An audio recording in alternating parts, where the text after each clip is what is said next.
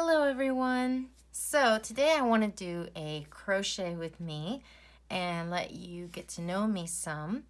So this is a doily I made a long time ago. It actually was never blocked, so that's why it's a little wrinkly. I use it when I actually use it for what a doily is intended. So like on the back of a chair or underneath something. So it's a utilitarian doily. And I'm using it to kind of block the tripod because I've been doing these videos and I've just hated like the view of this tripod. And so I thought, hey, let's put a doily on it. So I'm going to do some crocheting today. Feel free to put me on mute. Just have me on as a companion as you crochet something.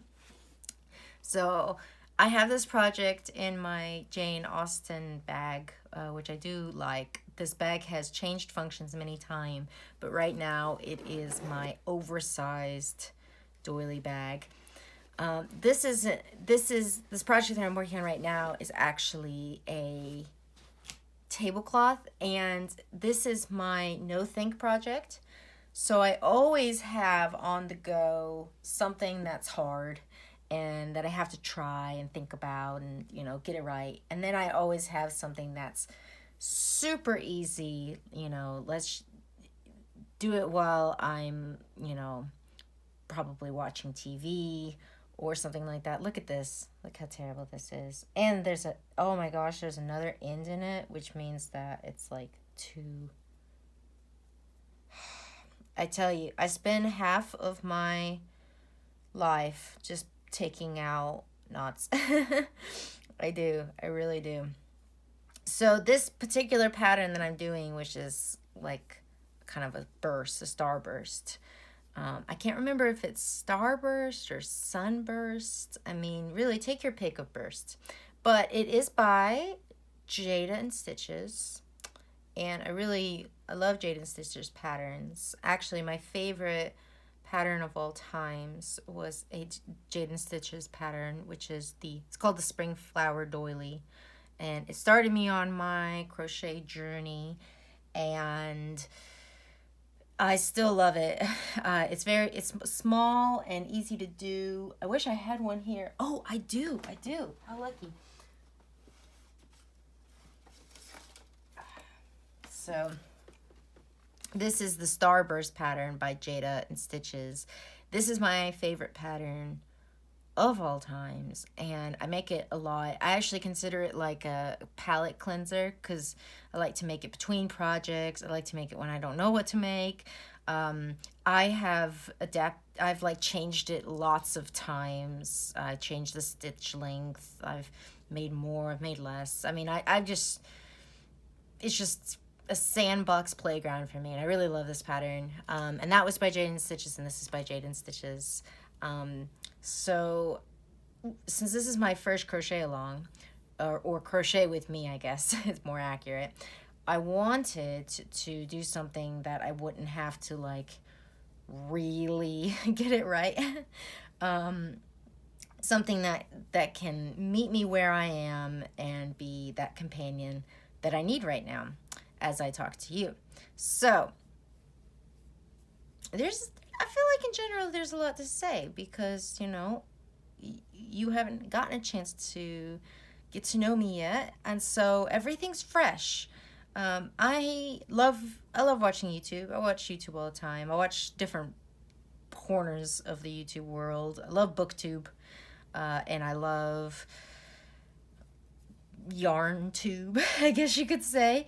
But a lot of the people that I watch, I've been watching for a really long time. And so it's kind of fun and exciting for this to be the first one. So let's see here. Okay. And this is my 1, 2, 3. Oh, did I look at here, people. See, this is the problem with no think patterns. You do so much not thinking that you don't know if you're doing it right. So let's see here. I have to do, I'm doing 3 rows of each color. So 1, 2, 3, 1, 2, 3, 1, 2, 3. Okay, I'm fine. So I'm on the last row of the gold, and then I'll go back to the red. So I'm doing just fine. When I started the pattern, I made sure that I did enough in the middle that these would be perfect groups of 3, because the pattern is basically a 3-row repeat. And so I really did that deliberately. This, I hope you already guessed, but this is Gryffindor. So I have a fair amount of Harry Potter stuff in general, but a very unexpectedly large amount of Lego Harry Potter stuff. And so what I want to do is to make like a display of just kind of collecting all the Harry Potter stuff, and I want this to be underneath it all. So that's my plan. This is really just for me. I've been working on it for way too long, because I don't work on it deliberately. I only work on it when I need to be alert. So all right. But I do enjoy it. I do. It took me a long time to figure out which house I was, because I was kind of in denial, and I don't mean the one in Egypt. It took me a long time to figure out which house I was in, because I've always toyed between Ravenclaw and Hufflepuff. And of course, this is Gryffindor, and you're thinking, well, what happened? Well, what happened was, I always wanted to be in Ravenclaw because, I thought, oh, I'm a smarty pants. But I also thought I'm really not quite Ravenclaw enough.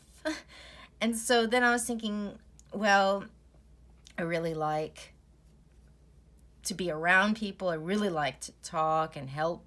And I thought that kind of just thirst for human interaction and service really made it so that I was Hufflepuff.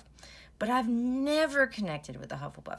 And I kind of blame it on the series, because I think that we're not really meant to connect with Hufflepuff. We don't have, other than Cedric, we don't really have any main characters that we connect with. And so, but then I just really kind of sat down with myself and my personality, and I'm like, no, I think I'm pretty Gryffindor-esque, because I'm very fearless. I'm way too fearless, actually, because I'll just take things that I probably should be very scared of, and then I'll just do them. Crochet, especially doilies, is a fantastic example of this. So a lot of people are intimidated by doilies and lace and things like that. And lucky for me, I didn't really know that well enough to be bothered by it. And so I just liked the way it looked, and my hands liked the thread. So traditional yarn is too thick, and it really, really hurts my hands. Now, I know that's the opposite of most people who have arthritis.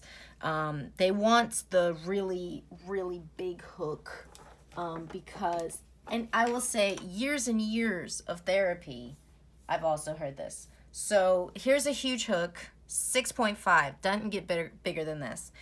And this is true for pins as well when I was growing up in therapy. And they always said you need a huge pin so that your hand isn't all cramped up. Because I would hold a pencil and I'll be like, "Rrr," and they would give me these, truly huge pencils, and they would just be like, relax, and now write. And I'm like, nothing's happening because I can't hold the pencil. And a lot of people think that's the same for hooks. The bigger the hook, the more relaxed your hand is, because you're not, fighting to hold this little hook. This one's a 2. This is my most favorite hook. I love this thing. This is without any exaggeration, in the top 3 of my favorite blessings I've ever received in my life. I love this hook more than anything. And this is very small. This is a 2. This is like the beginning of the like lace weights hooks. And and I do hold it differently, right? So I have a video on how I hold it specially. But the thing is, what I have found in terms of yarn is the fact that if this is like traditional yarn, there's too much in my hand, and then my hand is fighting to hold it. And even with like pencils growing up or things like that, if it was big, I fought twice as hard to hold it. And I find that if I could just use a smaller size, use something that's comfortable, for me, then I'm in better shape than if I were to try to use something big. Because I fight too hard, I hold on too tightly, and then it hurts more. So very early on in my crochet journey, I found that these thread and this 2.2mm hook was the perfect fit for me, and I just had no pain. So that dictated what I made, and luckily what I love to make was the doilies. But everybody was like, oh, doilies are really hard and things like that. And they are hard. I mean, I'm not going to deny that. And I want to make a video about kind of how to approach lace and doilies and things like that. But they definitely do have their challenges. But the Gryffindor nature in me is just utter fearlessness. I'm like, do it first and then be scared of it after.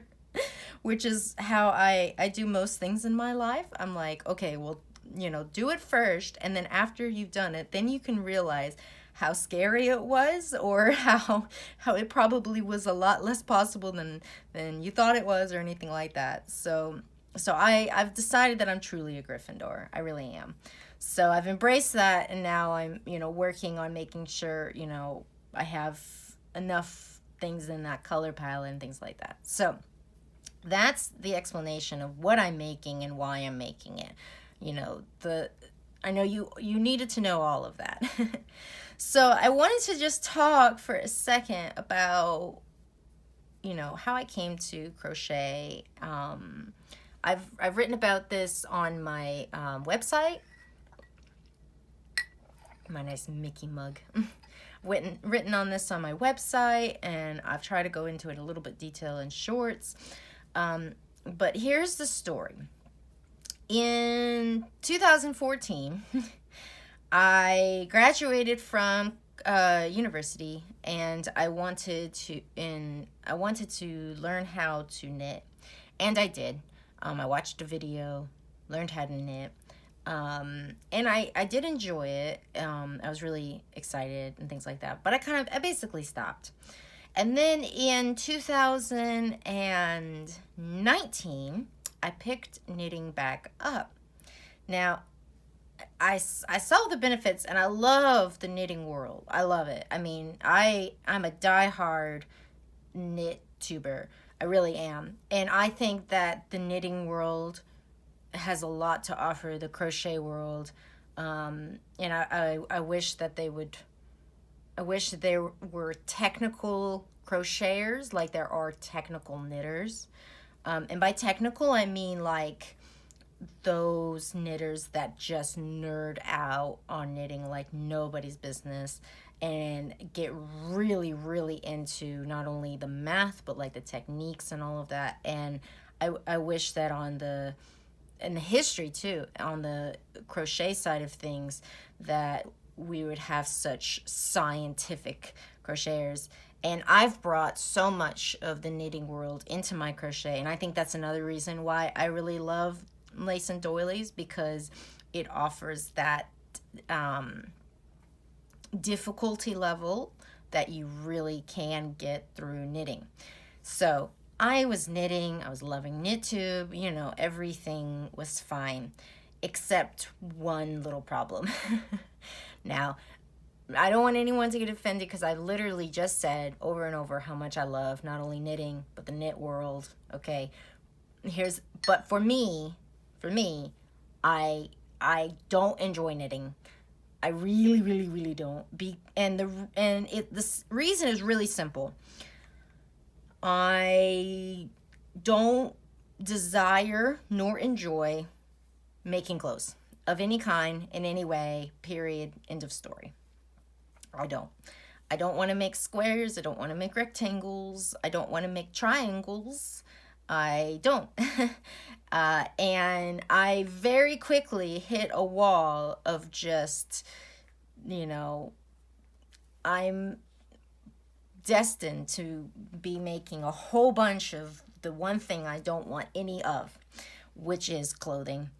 And so I was aware, of course, of crochet, and I wanted to try it, but of course the problem is my hands, which I hope that you can see are different. I do have a video showing that in more detail.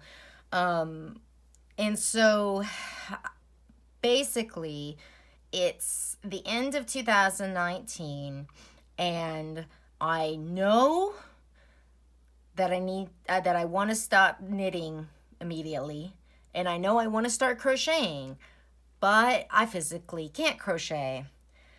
So what happened then? 4 years of trial and error.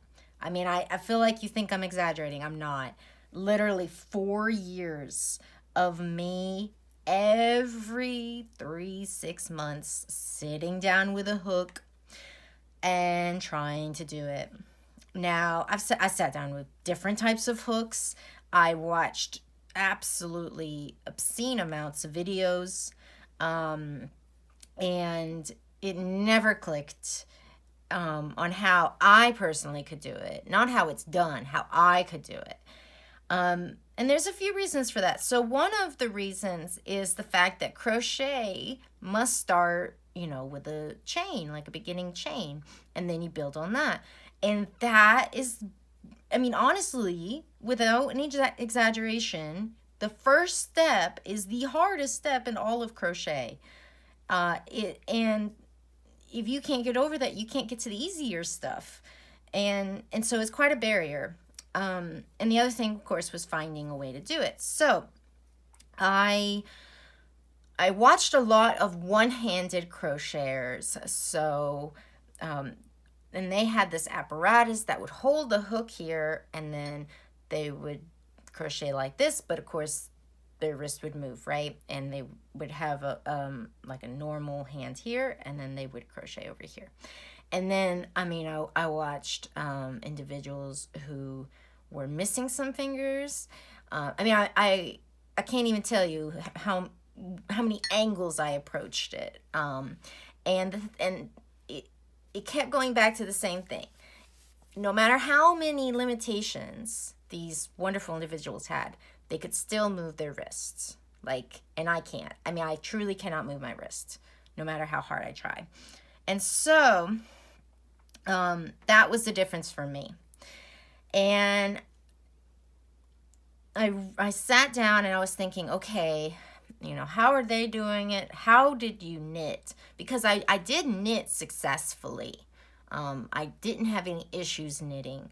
And the way I knitted was very different. And I knitted at a 90-degree angle like this. So I put the knitting needle in my stomach, and then I held this one, and then I manipulated it kind of like this. I haven't done it in a long time, so I kind of forgot. But it's a 90-degree angle. That's the most important thing. And this, I don't hold. It was in my stomach. And that's actually is part of the knitting tradition, because there's such things as knitting belts. So I was saying to myself, basically, we need to knit, or not knit. We need to crochet the way that we knit. So I basically sat myself down and said, you need to not hold the hook. You need a third hand. You need the hook to stop being needed to be held. So I experimented and I came up with this. So I'm at a desk, which does make it easier. But if I wasn't, I mean, basically the hook would be completely lodged in my stomach. Right now, I can just kind of like balance it like this, and it doesn't move. And then I use these hands up here to do everything else. The other caveat is, of course, I'm doing this turned 180 degrees, which did not bother me because of the fact that I knitted at a 180-degree turn. So, I mean, I have no issues in my mind moving objects in like turning them, twisting them, whatever I need to do. I don't have any issues doing this in my mind. So, so I was fine looking at it one way and then seeing it a different way over here. And yeah, that was it. I mean, I learned how to do it. I think I spent 1 month making ugly-ish things, and by month 2, I was here. And once I made this pattern, I was like, number 1, thread, yes. Number 2, doilies, thread, lace, yes. And literally the rest is history. So, and it just clicked like nothing else, and it felt so natural, and it wasn't hard, and the rest is history. And I've really enjoyed it, and it's been such a blessing to my life. And I'm so glad that I can do it, because I knew it was the right fit. Because with crochet, you can make circles, you can I mean, you can do crazy different stuff. You really can. Now, I predominantly make, obviously, like the lace and doilies. I have done some amigurumi. I definitely have. I'm very bad at it, and I have no intention of becoming good at it. I want to say that I am not good at amigurumi or amigurumi, and I have no intention of putting in the time to get good at it, because I don't really like doing it, and I don't need to be good at it, because I enjoy making lace so much. I don't need to make that. But if I want to make something for myself, I can, because I physically can make it. I've made some things for friends and things like that.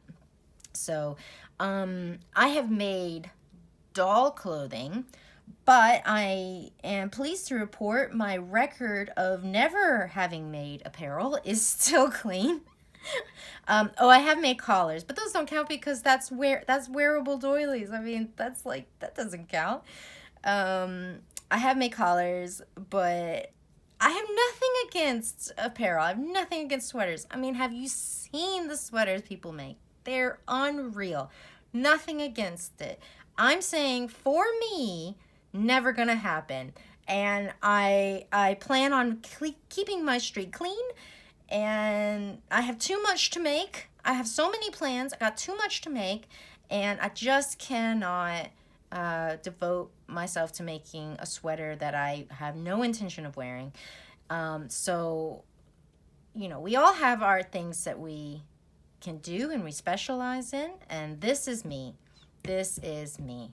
So I'm very excited about where I'm going with this channel, and I hope you know that I don't even think I mentioned it, but it is mentioned other places. I do have a shop, so I do actually sell my work, but I sell it as art, prints, bookmarks, and cards, and stickers. I do not sell the actual doily itself. Why? It takes too long in relation to what I can sell it for. Any doily takes 10 to 60 hours to make. By making it, an art print, greeting card, bookmark, sticker, you know, I can make it accessible and affordable, and I could do cool things with it. So the last thing I wanted to mention is I'm starting a new series, which is called Does It Quote? And basically I'm taking a quote from everywhere, and I'm talking about, you know, why I chose that quote, if the quote means anything to me, and then I'm putting the quote with my art and saying to myself, does it quote? In other words, does it look right together? Do they connect in any way? And you can also vote. You can tell me, no, that's the worst idea you've ever had, or yes, go do it. So I'm really excited about doing that, and I'm just in general, I'm really excited about my channel, and so I really hope that you'll join me. Please, you know, hit like and subscribe, mostly because I just want you to be here, and I would like to get to know you as much as you will have the chance to get to know me. You know, let's build a community of, you know, crocheters that appreciate doilies, that appreciate lace, that appreciates disability, that appreciates, you know, basically having lots of interests, but those interests kind of connecting with one another. You know, I'm kind of an eclectic gal. I play Hello Kitty on the Switch. I make I make crochet doilies. You know, I'm a Christian. I read the Bible. And another kind of different thing about me, and I'll never hide this about myself, I don't watch modern television and modern films. I don't watch anything that's been made after 2010, except for like baking competition shows. Those don't count. Those definitely don't count. But if it's a TV show or movie, and if it's after 2010, I haven't seen it. I'm not gonna see it. So I love my favorite decade is the 1970s, but I'm not saying that that's the only decade I love. I'm just saying that that is my favorite decade.